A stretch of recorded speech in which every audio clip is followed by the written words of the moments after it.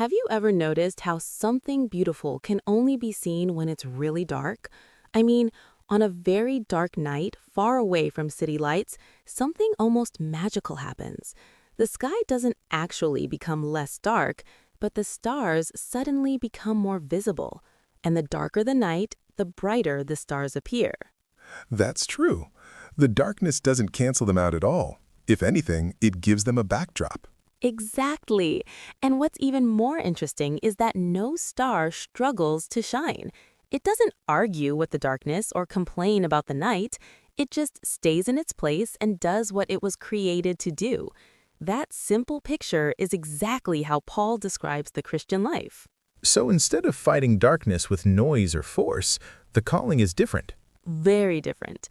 We're not called to fight the darkness with anger, arguments, or volume. We are called to shine. And the darker the world becomes, the more noticeable a genuine Christian life should be. That contrast, light against darkness, is really the opening heartbeat of this lesson and a powerful hook for our study today. Before we go any further, let's pause and pray. Our Father in heaven, thank you for the gift of life, for protection, and for the privilege of learning from your word. We confess that many times we complain, argue, and blend into the darkness instead of shining as light. Forgive us where we have failed to reflect your character.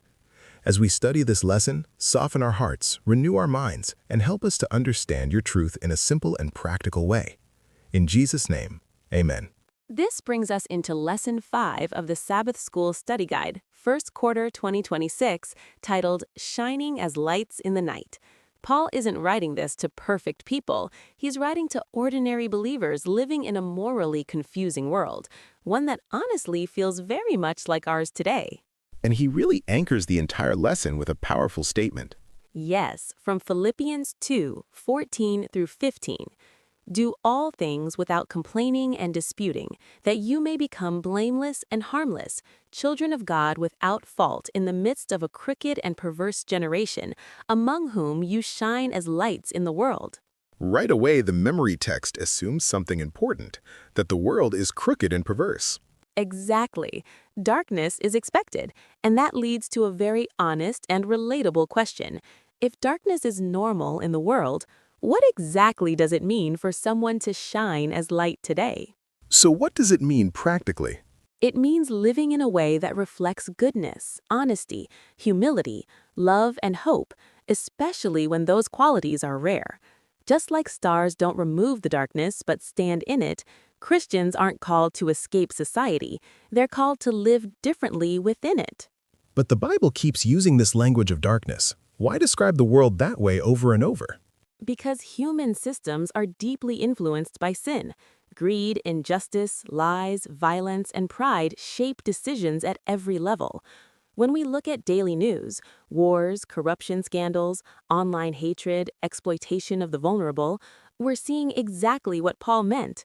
Darkness isn't ancient history, it's present reality. That almost makes the task feel overwhelming. And that almost naturally leads to another question. If the world is that broken, can ordinary people really make a difference? Paul's answer seems surprisingly hopeful. It is. His answer is yes. God has always worked through ordinary people who remain connected to him. The stars in the sky aren't massive suns, yet they still shine. In the same way, God doesn't wait for celebrities or perfect believers. He works through surrendered hearts. That really simplifies the message of the memory text. It does. So what is Paul really calling us to do? He's calling us to live without constant complaining and fighting so that our lives can clearly reflect God in a corrupt world. Complaining, arguing, and bitterness don't just affect us. They dim the light we're meant to shine. And at this stage, we're still in the Sabbath afternoon introduction. Yes, and Paul is already moving us gently towards Sunday's lesson, where the focus shifts from the world around us to the work God is doing within us. That's where Philippians 2:12 comes in.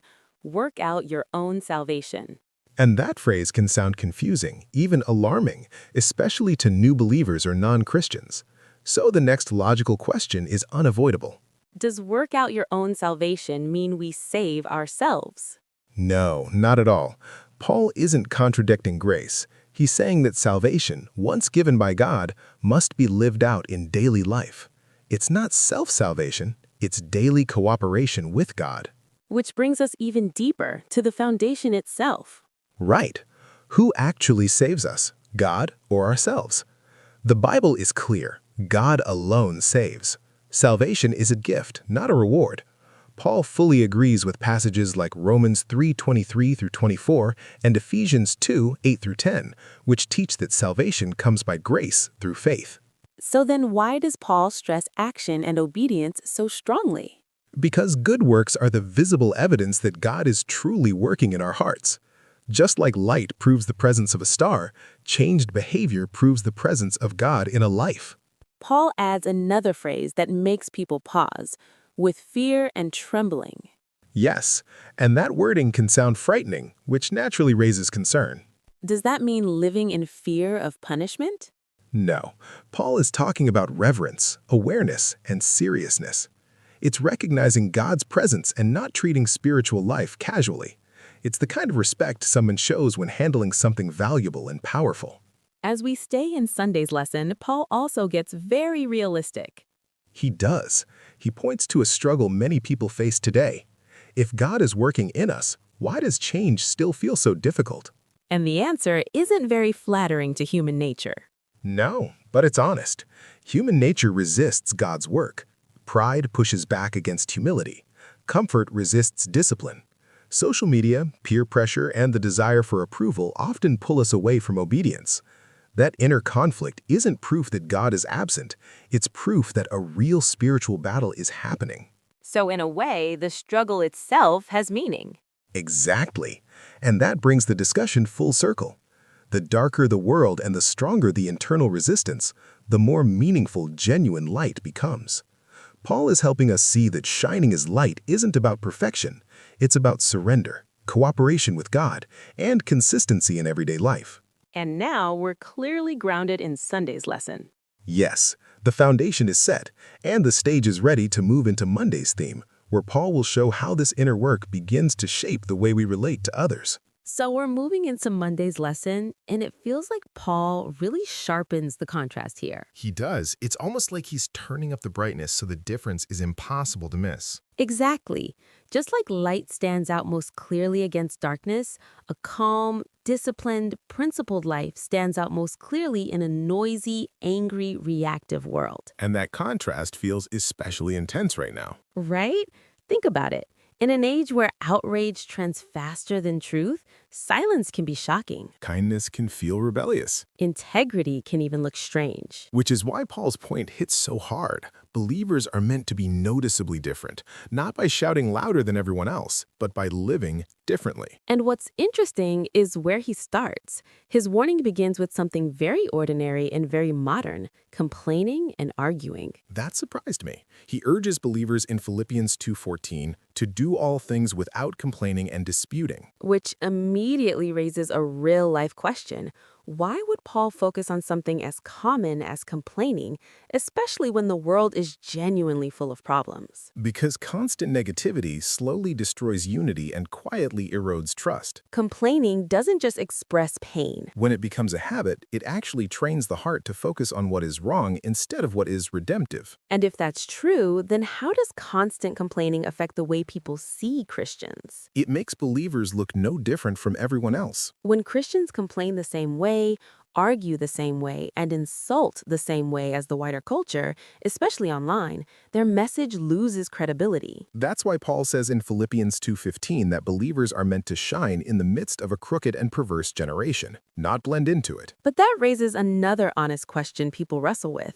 Is complaining always wrong, especially when injustice or suffering is real? Paul isn't denying pain or silencing truth. The issue isn't speaking up against evil. It's cultivating a spirit of bitterness, hostility, and endless fault-finding. There's a difference between raising concerns responsibly and constantly grumbling without hope or love. So if complaining weakens our witness, what exactly is Paul inviting us to become instead? He uses the word blameless. And in simple terms, being blameless means living in such a way that people can't honestly accuse you of hypocrisy or hidden agendas. It doesn't mean being perfect, It means being consistent. which naturally leads to a deeper question.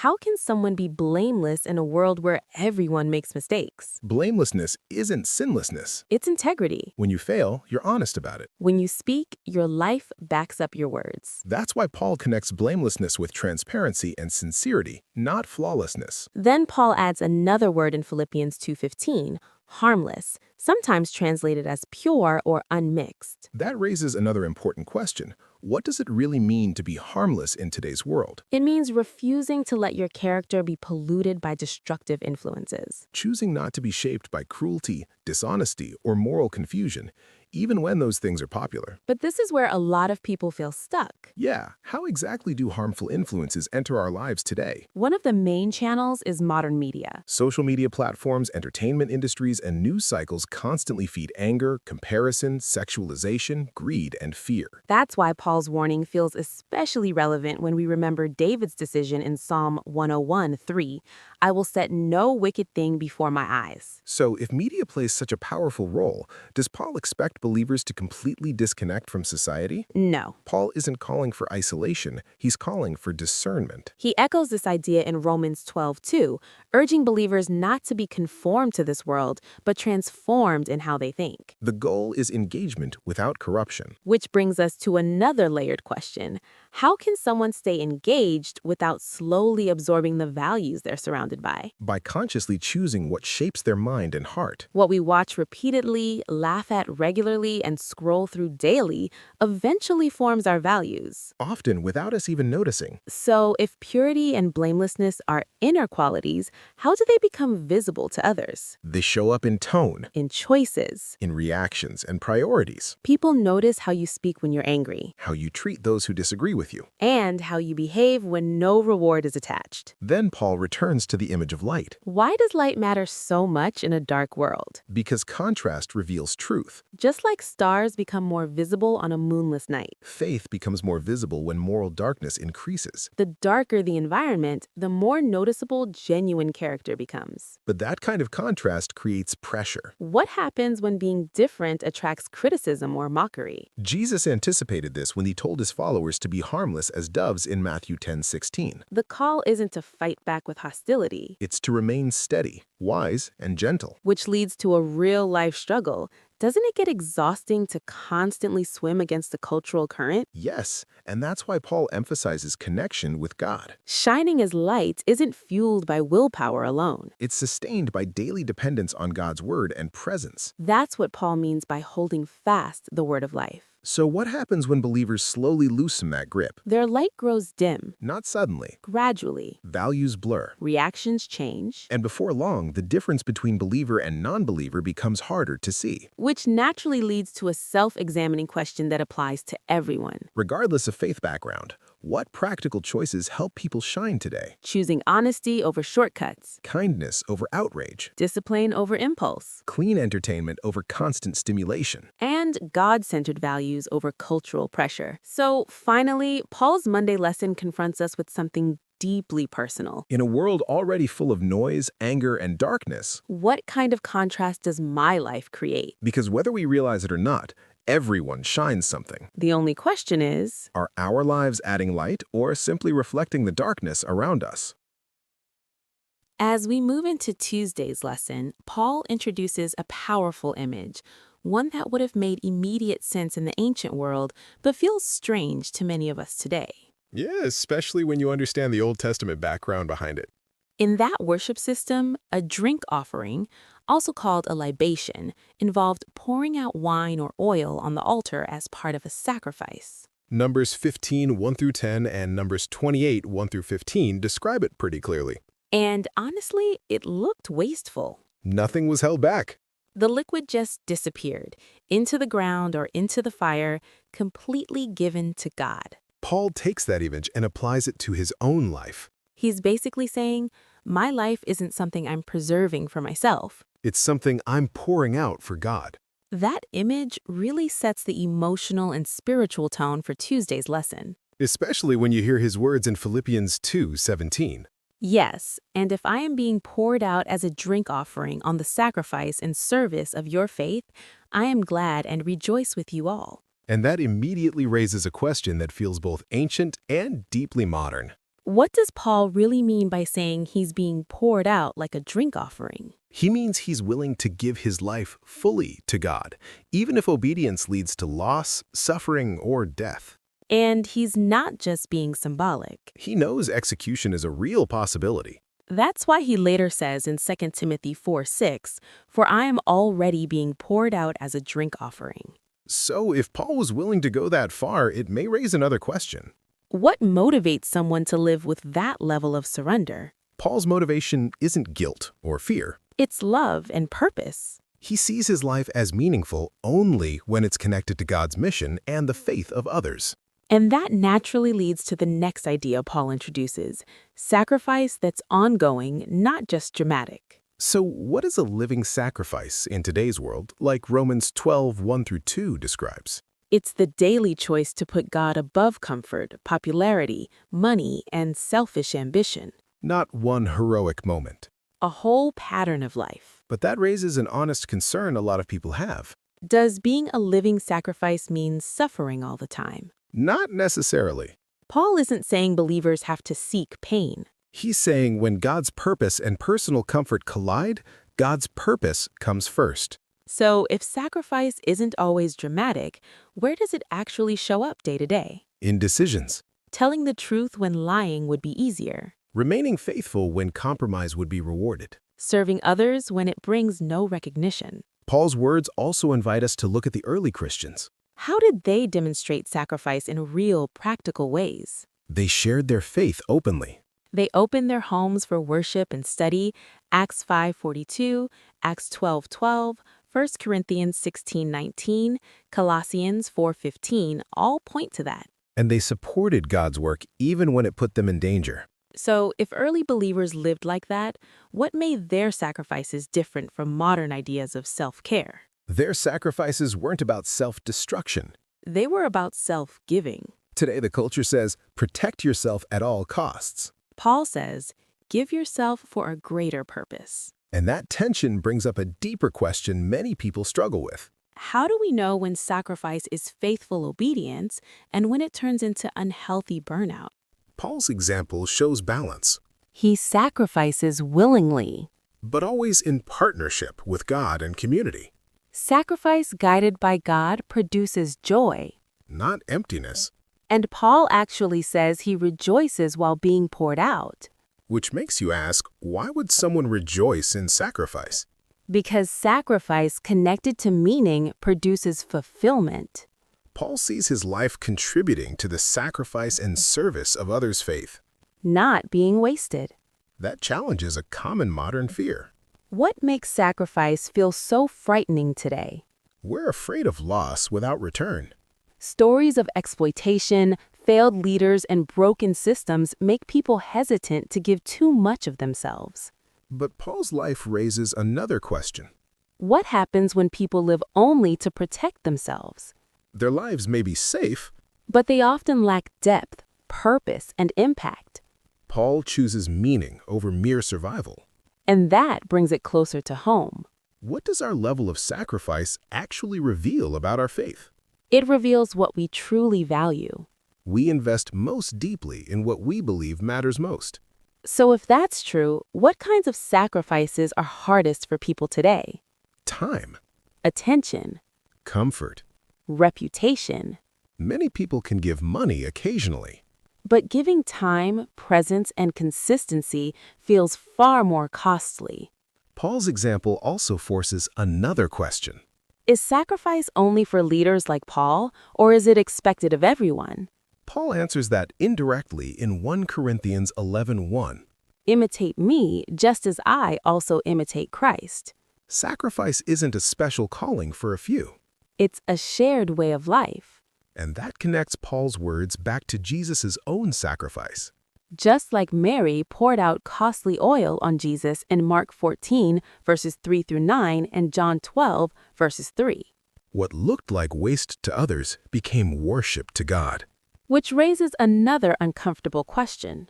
How often does true devotion look foolish or wasteful to society? Especially in a culture obsessed with productivity and profit. What kinds of sacrificial lives stand out today? People who choose service over status. integrity over influence. faithfulness over fame. And finally, Tuesday's lesson brings us to a deeply personal reflection. One that applies to believers and non-believers alike. If my life were poured out for something, What would it be poured out for? because everyone sacrifices for something, Career, family, success. pleasure. Paul's real question isn't whether we sacrifice. It's whether what we sacrifice for is worthy of our lives. By the end of Tuesday's lesson, Paul has shifted the focus From shining as light, to giving ourselves as fuel for that light. preparing us for what comes next. Where real people, Timothy and Epaphroditus, Show what this sacrificial life looks like in action. Some of the most challenging words in Wednesday's lesson actually come from Ellen G. White, and honestly, they hit very close to home. They really do. She says that life itself is disciplinary. That hardships, provocations, annoyances, and even insults aren't accidents. They're tools. She explains that when injuries are borne meekly, when harsh words are answered gently, and when oppression is met with kindness, It's evidence that the Spirit of Christ lives in the heart. and that's deeply uncomfortable in a world that rewards clapbacks, retaliation, and public outrage. It suggests something we don't really like to hear. That the moments we enjoy the least, the ones we'd rather escape, May actually be the moments shaping us the most. that thought prepares us perfectly for Wednesday's lesson. Because this is where Paul shifts gears. He turns from ideas to people, From principles to real lives. and he introduces Timothy not as a superstar preacher. But as a man whose character has been proven. Paul speaks very highly of Timothy in Philippians 2:19 through 23. Which naturally raises the first question. Why? Paul says Timothy genuinely cared for people and faithfully served Christ. He wasn't driven by personal ambition Or applause. or recognition. In a world where many people seek platforms. Timothy sought people. And that raises a deeper, very modern question. What does it mean to genuinely care for people when care is often performative? It means concern that goes beyond words and posts. Timothy's care showed up in action, In consistency, in responsibility. not just emotion. Paul also describes Timothy as like-minded with him in Philippians 2:20. That phrase invites some reflection. What does being like-minded actually mean here? It means sharing the same values, The same priorities. the same commitment to Christ's mission, Not copying personality or style. but sharing heart and purpose. Then Paul introduces a phrase that really becomes the heart of Wednesday's lesson. Proven character from Philippians 2:22. So what does proven character actually mean? It refers to character that's been tested under pressure, And found genuine, not potential character, not promised character. but demonstrated character. That immediately connects back to the earlier quote about hardship. So how are character and hardship connected? Difficult situations reveal what's truly inside us. Pressure doesn't create character, It exposes it. like heat revealing impurities in metal, Trials reveal what we're really made of. which leads to another uncomfortable but necessary question. If hardship reveals character, why do so many people resent difficulties instead of learning from them? Because hardship threatens comfort. And control, We want growth without pain, maturity without inconvenience. strength without testing. Paul knew Timothy's character because he had seen it tested. So what kinds of tests reveal character today? Conflict at work, Criticism online. disappointment in relationships, Pressure to compromise values. and how people behave when no one is watching. Ellen G. White's words take us even deeper. She says provocations test the temper. So what kinds of provocations are most common today? Traffic, Workplace disrespect? family misunderstandings, Social media attacks? unmet expectations, small things that pile up. And slowly expose impatience. Since provocations are unavoidable, that raises another question. What does it mean to meet them in a right spirit? It means responding thoughtfully instead of reactively, choosing restraint over revenge, and humility over pride. which leads to a practical follow-up. Is every emotional reaction a sign of weak character? No, Feeling pain, frustration, or sadness is human. character isn't revealed by what we feel. It's revealed by what we choose to do with those feelings. Paul also talks about injuries being meekly borne. That phrase sounds almost unrealistic today. So what does meekness actually look like in real life? Meekness isn't weakness, it's strength under control. The ability to respond with dignity instead of hostility. Which makes you wonder, why is this kind of response so rare today? Because modern culture celebrates aggression, Dominance, public humiliation. calmness, and restraint get mistaken for weakness. Paul even contrasts Timothy with others who seek their own in Philippians 2:21, So what does it mean to seek one's own today? prioritizing self-interest, Image, comfort, personal gain. all over responsibility and service. That brings us to a key question for our time. Why is character more important than talent today? Talent may attract attention. But character sustains trust, We've seen public figures lose credibility, not because they lacked skill. but because they lacked integrity. So how does that affect trust in institutions and leaders today? When character collapses, trust collapses with it. Skill builds platforms. But only character keeps people standing on them. Paul also notes that Timothy served as a son with his father. What does that tell us about how character is formed? It's shaped through close relationships, Mentorship, accountability, shared experience. not isolation. Which leads to another honest question. Can character really be developed, or is it fixed? Paul's example suggests it can be developed. Timothy grew through experience, Correction, responsibility. shared experience. Ellen G. White adds that hardships distinguish the Christian from the worldling. So what does that distinction look like today? In how people handle stress, How they treat opponents, how they speak under pressure. and whether they remain faithful when it costs something. But that raises a sensitive issue. What if hardships make someone bitter instead of better? That happens when pain is resisted rather than surrendered.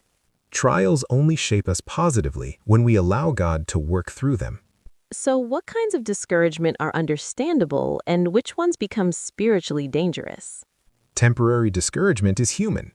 Persistent bitterness, cynicism, and withdrawal from responsibility, Those harden the heart. and stunt growth. Paul's description of Timothy invites personal reflection. If someone observed my life under pressure, what would they learn about my character?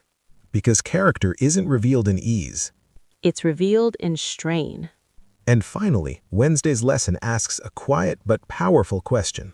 One that applies to everyone, believer or not.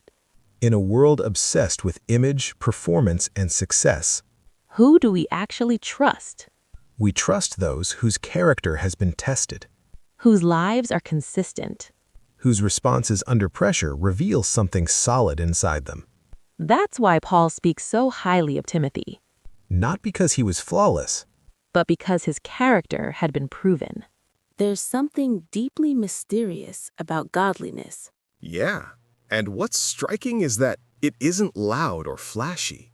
It doesn't seek attention. Yet when it shows up, lives actually change. The Bible calls it the mystery of godliness. God living his life through ordinary people. 1 Timothy 3:16. That idea sets us up perfectly for the closing movement of this lesson. Because from Thursday onward, Paul shifts our focus From ideas to examples. to what godliness looks like when it walks on 2 feet, When it serves quietly risks comfort. and asks for no applause. That's where Paul introduces Epaphroditus in Philippians 2:25-30, Not as a celebrity preacher, not as a miracle worker, but as a faithful believer who nearly died while serving God and helping another person. and that immediately forces an uncomfortable question. Why do stories like this rarely trend? while scandals and fame dominate our attention. Epaphroditus was sent by the church to care for Paul. Somewhere along the way, service became dangerous Paul says he risked his life, and came close to death for the work of Christ. which naturally raises another question. When did serving God become something we expect to fit neatly into our comfort zones? If service never costs us time Or energy? or reputation, Or convenience? can it still be called sacrifice? Paul insists that people like Epaphroditus should be honored, That word, honored, really stands out. because in today's world, who usually gets honor? Athletes, Influencers, billionaires, politicians. entertainers. But Paul points in the opposite direction, He says, honor those who serve sacrificially, not for fame. not for money, And that contrast forces some honest reflection. whose lives shape our definition of success. If society honors wealth and visibility, What happens to the quiet nurse working double shifts? the volunteer mentoring at-risk youth, The parent who sacrifices dreams to raise children well? or the believer who stays faithful when no one is watching, Are those lives less meaningful? or simply less celebrated? Paul's words challenge our value system. If God wants his people to honor faithful servants Humble workers. and selfless leaders, What does that say about how God measures greatness? Jesus already answered that. Whoever desires to become great among you, let him be your servant. Matthew 20:26-28. Yet, why does that truth still feel so countercultural today? Epaphroditus didn't serve because it was safe. He didn't serve because it was profitable. He served because love compelled him. And that takes us into the teacher's commentary themes, faith and works. If salvation is by faith alone, why does Paul celebrate works so strongly here? Because works aren't the root of salvation. They're the fruit of it. As James says, faith by itself, if it does not have works, is dead. James 2:17. That brings it uncomfortably close to home. What does my faith actually produce? If faith stays only in beliefs and words, Can it still shine as light? Paul already said God works in us both to will and to do for his good pleasure. Philippians 2:13. So if God is working inside, What outward evidence should naturally appear? the commentary also talks about being lights to the world. Echoing Philippians 2:15. Light doesn't announce itself. It just shines. In a time when outrage spreads faster than kindness, And misinformation faster than truth. what kind of light does the world really need? Loud moral arguments. Or consistent lives of integrity? Think about how often public trust collapses today. Governments losing credibility, Religious institutions facing scandals. corporations exposed for greed. These aren't failures of talent, They're failures of character.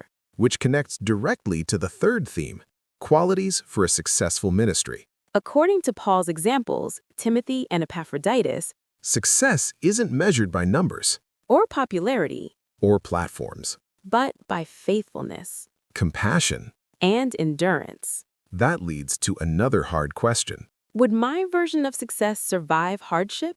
If recognition disappeared, If service went unnoticed? if obedience became costly, Would my commitment remain? Epaphroditus had no guarantee of reward. Yet he still gave himself fully. The teacher's illustration reinforces this idea, God often uses unnoticed people to sustain his work. like unseen support beams holding up a building, Unseen servants hold up communities, families. churches. So what happens when those supports are ignored or undervalued, The structure weakens. even if the outside still looks impressive? From there, the lesson presses into real-life application. If God honors faithfulness over fame, How should that reshape our daily choices? what we post online, How we treat coworkers? the content we consume, The way we speak when we're frustrated? Paul's call to honor people like Epaphroditus also raises a social question. Who do we celebrate publicly? In our homes, Schools. communities, Are we teaching the next generation that character matters more than clout, that service matters more than spotlight? which leads directly into the closing reflection. What kind of light am I showing in my family? my workplace. or online, Light can guide or blind. heal or expose. Is my influence drawing people towards hope or pushing them away through harshness and pride? Then comes the practical follow-up. What is one change I can make this week to shine brighter? Not 10 changes, Not a complete life overhaul, just one intentional step, because growth starts small. with deliberate decisions. And at this point, the mystery of godliness feels less mysterious, It's God working in surrendered hearts. producing visible love through ordinary lives. We cannot shine by our own strength. When we surrender our lives to God, He works in us, and our daily choices become light in a dark world. Lord, we surrender our lives to you. Work in us so that we may shine with your light in this dark world. Help us reflect your love, truth, and humility every day. In Jesus' name.